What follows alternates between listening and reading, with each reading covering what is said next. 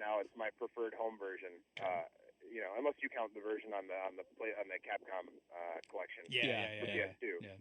But of its time, it's certainly the preferred home version. But should be. Yeah, I mean, I guess my question is: am I the only one who was first exposed to it? Certainly NES, not. Or? No, a lot of Me too, actually. Probably more people played NES back then than went to the arcades. I was someone at that point. I guess I was in junior high, and my friends and I would go to the arcades a lot at the mall. There were like 3 arcades in my mall. So you had a mall. We had a mall. We Mr. Fancy we Pants. fancy like that. So we had a drugstore, and there were a couple arcade machines in there. So yeah, we had a pretty good arcade, but I don't think we had Strider. No, there was one arcade where Strider was front and center at like when you walk past the arcade, it was like the machine As it that should was be. displayed at the front. Yeah, it was. I mean that like every time that would catch my eyes, and I'd drift over and drop a few quarters in, and we actually finished it. The thing is, on like $3. To be fair, I actually kind of liked the NES game. I mean, it was the NES game has some really good. It's kind of Metroidvania-ish in that you're actually doing. You actually acquire abilities like the wall jump and the walking on the ceiling bullshit and whatnot, and you have to backtrack to areas and that sort of thing. Yeah, it's very much in the. It's kind of in the Konami style. Like there were a lot of games they designed around then that were kind of in that format, like like Vampire Killer or the MSX version of Castlevania was sort of like that, where you had levels. Everything was broken into levels, but within that level you could roam freely, and you needed to collect items and power ups to be able to advance to new areas. And there was a story. It was like they tried to create an adventure, a very story driven adventure with a lot of kind of quest elements to it, and their hearts were in the right places, but it was just really badly programmed. Yeah, like when you collect an item, the game pauses. It's like it has load time on the cartridge, and that's crazy. Like, if you're programming a game for an NES cartridge, you should not have load times. Yeah. So I don't know. It was really uncharacteristic for a Capcom game, an NES game of that vintage, to be that sloppily programmed. But like that was kind of the one drawback to the game. Otherwise, it was really cool. Yeah, I agree with that. It's just the jumping, I think, was the worst. Yeah. They missed the mark on. Well, the whole you couldn't stick to the walls. You had to do the triangle jump off the wall. That was really awful. To be fair, to figure that out, actually, it was even fussier than Super Metroid's wall jump. Yeah, and that's saying something. Did you ever play Journey into Darkness?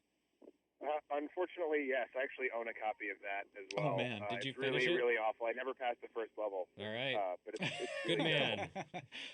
All right, thanks for calling. We're gonna go on to the next. No, thank you. Hey, can I plug my podcast real quick before I go? Okay, why not? If you insist.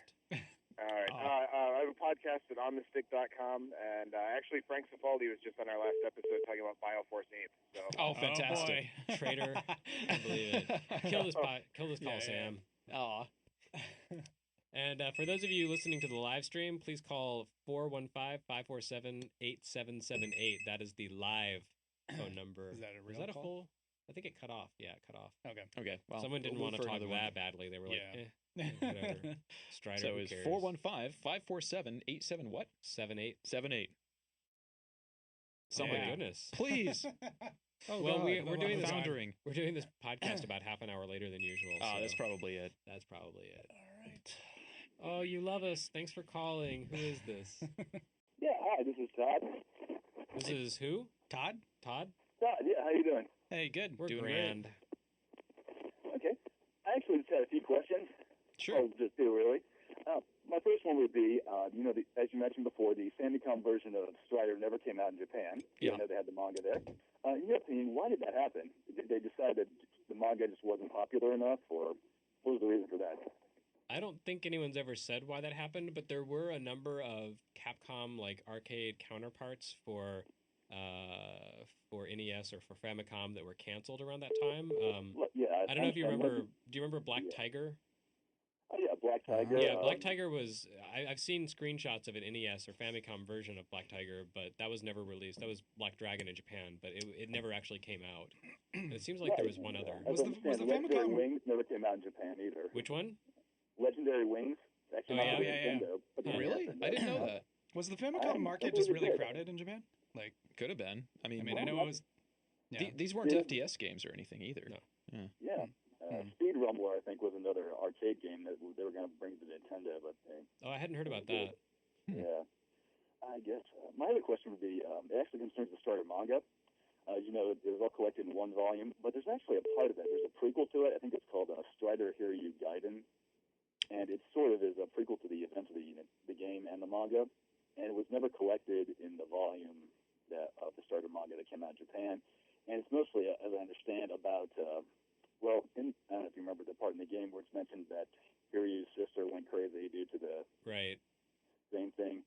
And apparently that's what this little prequel covers. And I understand it's probably not. The only reason I'm interested in not finding out if you know anything about that is because it's basically the only part of the whole Strider franchise that hasn't been really documented and put on the internet for everyone to see. You're right. I had never heard of that until just now. Neither have I, actually. And I was reading all over the internet about Strider this week to prep for this, so Yeah, that's crazy. It's in some old phone book manga collection that came out in Japan and no one really has, I guess. And if I can get one more question in. Sure. I was wondering, what do you think of Hardcore Uprising? Because there's a thing that's supposed to be a Contra kind of game, basically, but there's a character in that called Sayuri, and she plays very much like a Strider character, actually. Can you play as him, or is he an enemy? Oh, she's a playable character. I think that you have to buy her as an that's a DLC character, right? Yeah. But it really changes the entire game because it almost starts playing more like a Strider thing because we've got the whole sword slash arc and you have to be close to things. Now I want to play it. Yeah. Finally, it's worth playing anyway, but I didn't realize that there was this other character. Oh. Yeah, I haven't been keeping up with DLC stuff because I don't know, it feels kind of like gougery sometimes. I do want to download the classic Castlevania NES map download pack. Yeah, but for how Harmony much of is Despair. that shit? I think it's just a few bucks. Well, still, I don't know. That one sounds cool enough that. Yeah. well, the first one they came out with what the hell was it? It was like $7 for the one stage or I don't something, know. and I stopped looking at that point. I was like, no, I already got it. It's fine. But yeah, I hadn't heard about this character in Hardcore Uprising because that's another one of those games that no one talks about. Yeah. There's a real lack of attention paid, I think, and we're partly responsible for that, I guess, because we're the press and we're supposed to be generating awareness of these things. But it's just it's easily overlooked, and I guess it doesn't help when the network's down for a month. Yeah, exactly. Anyway, thanks for schooling us. We feel wiser and more erudite now. Thank you. Well, thanks for calling in. Hey, let's take another one on. Yeah. Okay. Go ahead, Sam. You answer. Hello, you're on Retronauts. Hi, this is Nathan from Minneapolis. Midwest. I had to. I heard Sharky talking about it, and Yeah, I miss the old town. Where about Minneapolis? I'm in South Minneapolis, I wasn't too far from uptown there. area. Yeah, me too. Actually, I used to have a store down there. Weird, huh? Yeah, but I wanted to talk about the bitter disappointment of bringing home Strider 2, and you put in the disc. Oh, right, and it's it's the wrong backwards. disc. Yeah, Wait, what? I don't remember yeah. this. What was There this? was a well, why misprint don't we with have Strider the 2. caller tell us? Yeah, go ahead. Make yourself Well, worthwhile here. I grew up playing the NES game and Genesis game, and I had no idea about Strider 2, and I was at Target one day and saw it for $10, and I'm like, oh. And I all excited, bring it home, and you put in the disc, and they swapped the disc art because they had the original Strider, and but then playing the game too, something just seemed goofy. Did you guys play that one? Like, Yeah. Yeah. we talked about them. Yeah, we talked about that a bit before we started taking calls.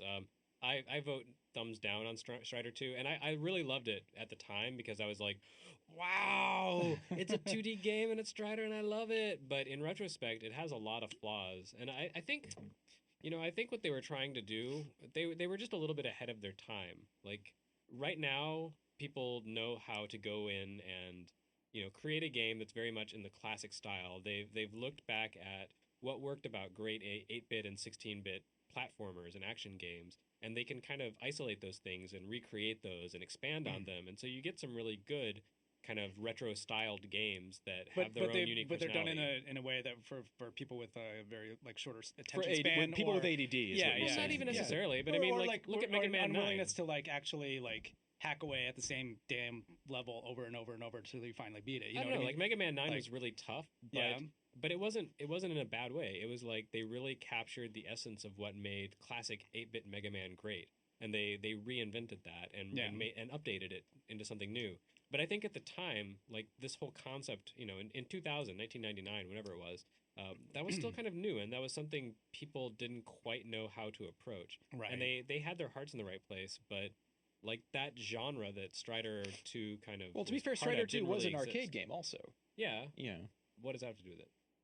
Well, I mean, they weren't really going to change it for the Yeah. home market all that much. Well, Right. no, but I mean, the arcade game was also kind of janky. Yeah, no, That's it what was. I'm saying. Like the Yeah. overall design of the game just wasn't quite thought out as well as it needed to be, and I think they copied certain things from the original Strider, but kind of missed They some of the very- overall. They copied a few too many things, Yeah, if anything. But I mean, but they at the same time they kind of missed some of the more subtle aspects that made the game so playable and so compelling at the time. And I think it I don't blame them, because I think people just like no one was trying to make games like that at the time, and it hadn't become sort of a movement in itself. So Mhm. they were just they were kind of groping in the dark, I think, and they wanted to do something that recaptured the classic spirit of the arcade, but weren't quite sure how to go about it. Fair enough. That's my no, that's that, my that sounds opinion. about right, actually. It must have been really fucking intimidating to do it in an era when everything was just entirely 3D, and Right. push Yeah. was like, you were insane for even doing that. Yeah, and they tried to kind of do the best of With the both 3D worlds. backgrounds. Right. 3D and it, yeah. backgrounds and really, really detailed, nicely animated sprite characters, but they scale in and out, and Yeah. they look really pixelated. Like you kill something, and those disc gem things fly out, and Right. they scale to all kinds of sizes, and so you're like picking up something with pixels as big as Strider is. It's just it's a kind of a mess. Yeah. It's It a did well-meaning kinda mess. feel right, though. What's I that? thought it felt good. It was fun to play. I thought like the jumping and the it felt pretty good. So I played it over and over, but I just wish that they would have built on that, maybe on the PS2.